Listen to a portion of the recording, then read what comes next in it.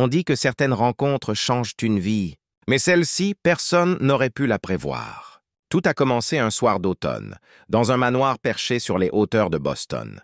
Une demeure immense, aux colonnes couvertes de lierre, où la lumière des lustres se reflétait sur les verres en cristal et les sourires forcés. Ce soir-là, la haute société s'était réunie pour le gala annuel de la société Hartley & Co. On trinquait, on riait, mais derrière chaque éclat de rire, il y avait quelque chose de glacial, une élégance sans âme. Chloé Sanders, nouvelle employée d'agence, ajusta nerveusement le col de son uniforme. Son premier jour. On lui avait parlé d'un événement privé, pas d'une soirée où chaque pas semblait surveillé, chaque parole pesée. Elle traversait la salle avec son plateau d'amuse-bouche, se glissant entre les robes en velours et les costards 3 pièces, essayant de paraître invisible. Mais son regard fut soudain attiré par quelque chose, ou plutôt quelqu'un. Dans un coin de la salle, presque avalée par l'ombre, une fillette était assise par terre, les jambes croisées. Sa robe rose était froissée, ses boucles blondes retombaient sur un petit visage figé, concentré sur une minuscule boîte à musique qu'elle faisait tourner encore et encore. La mélodie était douce, presque triste. Personne ne semblait la voir. Ni les invités, ni les serveurs. Comme si elle n'existait pas. Chloé fronça les sourcils. Elle demanda discrètement à la responsable du personnel. « Excusez-moi, la petite là-bas, qui est-ce » La femme répondit à peine, sans détourner les yeux. « Mademoiselle Amelia, la fille de Monsieur Hartley. Elle préfère rester seule. Ne la dérangez pas. » Chloé hocha la tête, mais quelque chose dans cette solitude l'étouffait. La musique de la salle s'intensifia. Le quatuor à cordes lança une valse. Les invités se mirent à danser, leurs pas glissant sur le marbre comme s'ils flottaient. Et pendant que le monde tournait, Amelia restait immobile, enfermée dans son silence. Alors, sans réfléchir, Chloé posa son plateau et traversa la salle. Chaque pas semblait un défi. Elle s'agenouilla doucement devant la fillette. « Salut, je m'appelle Chloé. » Aucune réponse. Seulement le cliquetis du petit mécanisme musical. Chloé hésita, puis tendit la main, lentement, sans forcer. « Tu veux danser ?»« Juste un peu ?» Un instant suspendu. Puis la boîte à musique cessa de tourner. Les doigts minuscules d'Amelia s'approchèrent, tremblants, avant de se poser dans la paume de Chloé. Un frisson parcourut la salle. Sans un mot, Chloé la guida vers le bord de la piste, loin des regards directs, juste assez près pour sentir la musique. Elles commencèrent à bouger, très doucement. Un pas, puis un autre. Amelia restait raide, mais son pied finit par suivre le rythme. Et soudain, le silence. Les conversations s'arrêtèrent. Même les violonistes jouaient plus doucement, comme s'ils craignaient de briser la magie. Au fond de la salle, un homme observa la scène, immobile, un verre de vin à la main. Liam Hartley, PDG, veuf, père. Son regard fixé sur sa fille, qu'il n'avait plus vu sourire depuis des années. Sous la lumière des lustres, Amelia leva enfin les yeux, et son visage s'éclaira d'un minuscule sourire. Fragile, réel. Ce soir-là, personne n'avait compris ce qu'ils venèrent de voir. Mais dans ce manoir rempli de froideur, quelque chose venait de se réveiller. Pas une danse, pas un miracle, juste une étincelle d'humanité. Et toi, tu crois au pouvoir d'un simple geste? Dis-moi dans les commentaires de quelle ville tu regardes cette histoire. J'ai envie de savoir jusqu'où cette émotion peut voyager. La nuit était tombée sur le manoir Hartley. Les invités étaient partis. Les lustres s'étaient éteints un à un, et seul le silence demeurait. Chloé rangeait les derniers verres, le cœur encore battant de ce qu'elle venait de vivre. Elle s'attendait à être réprimandée pour avoir enfreint les règles, pour avoir osé s'approcher de l'enfant du patron. Mais au lieu de cela, le vieux majordome la salua d'un regard calme et lui dit simplement « Vous êtes la première à lui avoir redonné un sourire. » Chloé resta sans voix. Ce n'était pas une phrase anodine. Elle avait senti quelque chose d'étrange dans cette maison, comme si la joie y avait été bannie depuis longtemps. Plus tard dans la soirée, alors qu'elle allait partir, une voix grave l'arrêta dans le couloir. « J'aimerais que vous restiez. » Elle se retourna. Liam Hartley se tenait là, la veste sur le bras, le visage fermé, mais les yeux humains, fatigués. « Vous avez su la comprendre, » dit-il. Les autres la traitent comme un problème à gérer. Vous l'avez simplement regardée. C'est rare. Il la fixa un instant, puis ajouta J'aimerais vous proposer un poste permanent ici. » Chloé sentit sa gorge se serrer. C'était inattendu, mais quelque chose dans la voix de cet homme l'empêchait de refuser. Elle accepta. Et cette nuit-là, en explorant les longs couloirs du manoir, elle découvrit un monde figé dans le temps. Des dessins d'architecture encadrés, des meubles sur mesure et surtout des portraits d'une femme gracieuse au regard doux, une danseuse. Un peu plus loin, la porte d'Amélia était entr'ouverte. Chloé jeta un œil discret. La petite était debout, face à un écran diffusant une vieille vidéo. Une ballerine vêtue d'un tutu blanc, tournoyant sous la lumière. La même femme des portraits, la même grâce, le même sourire. Amélia la regardait danser, immobile, puis commença à imiter ses mouvements, maladroitement, les bras tremblants mais sincères. Chloé sentit ses yeux picoter. Elle comprit. Cette femme, c'était Grace Hartley, la mère d'Amélia, morte trop tôt. Et maintenant, sa fille dansait seule avec son fantôme. Les jours passèrent. Chaque matin, Chloé s'asseyait près d'Amélia dans la véranda ensoleillée. La fillette jouait sans fin avec sa boîte à musique, toujours la même mélodie. Ce jour-là, Chloé osa enfin demander « Elle est très belle, ta chanson. Je peux voir ?» Amélia hésita, puis fit glisser la boîte vers elle. Chloé l'ouvrit délicatement.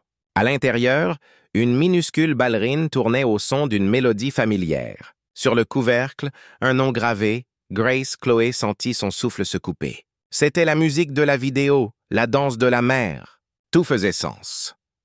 Le soir, Chloé déplaça un tapis dans la pièce et lança la même mélodie depuis son téléphone. Doucement, elle se mit à danser, un pas après l'autre, puis tapa du pied sur le sol. « Regarde, 1, 2, 1, 2, 3. » Amélia observait, impassible. Puis, timidement, son pied bougea. Une fois, puis encore. Une danse naissait, fragile, sincère.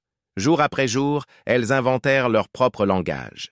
Un geste pour dire « bonjour », un tour sur soi pour dire « je suis heureuse ». Elles parlaient sans mots à travers le rythme et le souffle. Et peu à peu, Chloé comprit que ce silence n'était pas un mur, mais un pont vers un autre monde. Mais le bonheur ici ne durait jamais longtemps. Un après-midi, alors que la musique résonnait doucement dans la véranda, la porte s'ouvrit brusquement. Liam se tenait là, le regard dur. « J'avais interdit cette musique dans cette maison. » Chloé s'immobilisa. « Elle y répond, » murmura-t-elle. Elle sourit, elle... « Assez, » coupa-t-il d'une voix tremblante. « Ça n'a plus sa place ici. » Il quitta la pièce. Le silence retomba, lourd. Amélia, elle, ne comprenait pas, les mains serrées sur sa robe. Chloé s'agenouilla et chuchota. « Ce n'est pas ta faute, ma chérie. » Mais dans son cœur, elle savait. Elle avait rouvert une plaie que cet homme essayait d'oublier. Et certaines douleurs, quand on les touche, réveillent tout un passé. Et toi, tu crois qu'on peut vraiment effacer le passé? Ou faut-il apprendre à danser avec lui? Dis-moi dans les commentaires de quelle ville tu regardes cette histoire, que je vois jusqu'où ce récit te touche. Le lendemain matin, Chloé ne supporta plus le poids du silence. Elle fit sa valise, laissa un mot sur le comptoir. Merci pour l'opportunité. Je suis désolée si j'ai franchi une limite. Et sans un bruit, elle quitta le manoir. Le vent d'automne balayait les feuilles, et en refermant la grille, elle jeta un dernier regard vers les fenêtres. Derrière une vitre, elle crut voir une petite ombre bouger, une main posée sur le verre. Amélia. Ce soir-là, dans son petit appartement au-dessus d'une boutique de fleurs, Chloé se sentit vide. Elle venait de perdre un travail, mais surtout, elle avait laissé derrière elle un lien fragile, quelque chose de vrai. Puis, vers 21h, on frappa à sa porte. Doucement, elle ouvrit. Sous la pluie, trempée jusqu'aux os, se tenait Liam Hartley. Son parapluie à la main, son regard épuisé, et dans l'autre main, la lettre qu'elle avait laissée. « Je ne veux pas que vous partiez », dit-il simplement. Chloé resta muette. Il entra sans un mot, observa la tasse de thé encore chaude sur le comptoir. « J'ai réagi trop vite. Vous ne pouviez pas savoir. » Il marqua une pause, puis reprit d'une voix basse. « Ma femme, Grace, était danseuse. C'est elle sur la vidéo. Le soir de son dernier spectacle, elle a voulu qu'Amélia la voie sur scène. Elle disait qu'elle voulait que sa fille voie la beauté avant que le monde ne la blesse. Mais sur le chemin du retour, il y a eu un accident. Elle est morte sur le coup. Amelia a survécu, mais elle n'est plus jamais redevenue la même. Chloé sentit les larmes monter. « C'est pour ça que vous avez banni la musique? » »« Oui, parce que chaque note me rappelait ce que j'ai perdu. Parce qu'à chaque fois qu'elle dansait, je ne voyais pas ma fille. Je voyais Grace. » Un silence lourd. Puis Chloé s'approcha doucement. « Mais votre fille ne cherche pas à faire revivre le passé, elle cherche à vous rejoindre. À sa façon. Vous croyez qu'elle ne parle pas, mais elle vous entend. » « Elle vous attend. » Liam ferma les yeux, la mâchoire serrée. Il se laissa tomber sur une chaise. Pour la première fois, il ne semblait plus être un PDG, mais un père perdu. « Je ne sais pas comment faire, » murmura-t-il. « Vous n'avez pas besoin de savoir, » répondit Chloé. « Vous devez juste être là. » Et cette nuit-là, un pas fut franchi. Pas une réconciliation totale, pas un miracle, mais un commencement. Les semaines suivantes, la maison Hartley reprit vie. Chaque jour, Liam s'approchait un peu plus. Il assistait aux séances de danse, maladroit mais présent. Parfois, il essayait même un pas ou deux, ce qui faisait rire doucement Amelia. Un petit rire à peine audible, mais réel. Un après-midi, Chloé trouva dans un coffre des ballerines anciennes. Sur la soie, brodées à la main, les initiales GH. Elle les apporta à Amelia, qui les prit contre elle comme un trésor. Quelques jours plus tard, Chloé proposa à Liam. « Et si on organisait une petite représentation? Pour elle, pour vous, pas un spectacle. Un moment à elle. » Liam hésita, puis accepta. 3 jours plus tard, dans la serre du manoir, éclairée par des guirlandes dorées, Amelia entra, vêtue d'une robe blanche et des chaussons de sa mère. La musique de la boîte à musique s'éleva, fragile, parfaite. Elle fit un pas, puis un autre. Ses bras s'ouvrirent comme des ailes. Elle tourna, tomba, se releva. Et soudain, sa voix s'éleva, faible mais claire. « Papa, regarde-moi !» La salle retint son souffle. Liam se leva, les larmes aux yeux. Il s'agenouilla, ouvrit les bras. Amelia courut vers lui. Et pour la première fois depuis des années, il la serra contre lui, sans peur, sans douleur. Juste amour. Chloé, au fond de la pièce, sentit son cœur éclater d'émotion. Ce qu'elle voyait là, ce n'était pas une danse, c'était une guérison. Les mois passèrent. Liam lança une fondation au nom de Grace pour aider les enfants comme Amelia à découvrir l'art, la musique, la danse. Amelia, elle, continuait de danser, parfois seule, parfois avec son père. Et chaque fois qu'elle tournoyait, on aurait juré qu'un ange veillait sur eux. Et toi, crois-tu toi aussi qu'un simple geste peut changer une vie? Dis-moi en commentaire d'où tu regardes cette histoire, et si elle t'a touché, abonne-toi pour plus de récits comme celui-ci, des histoires vraies, humaines, où la lumière finit toujours par percer l'ombre.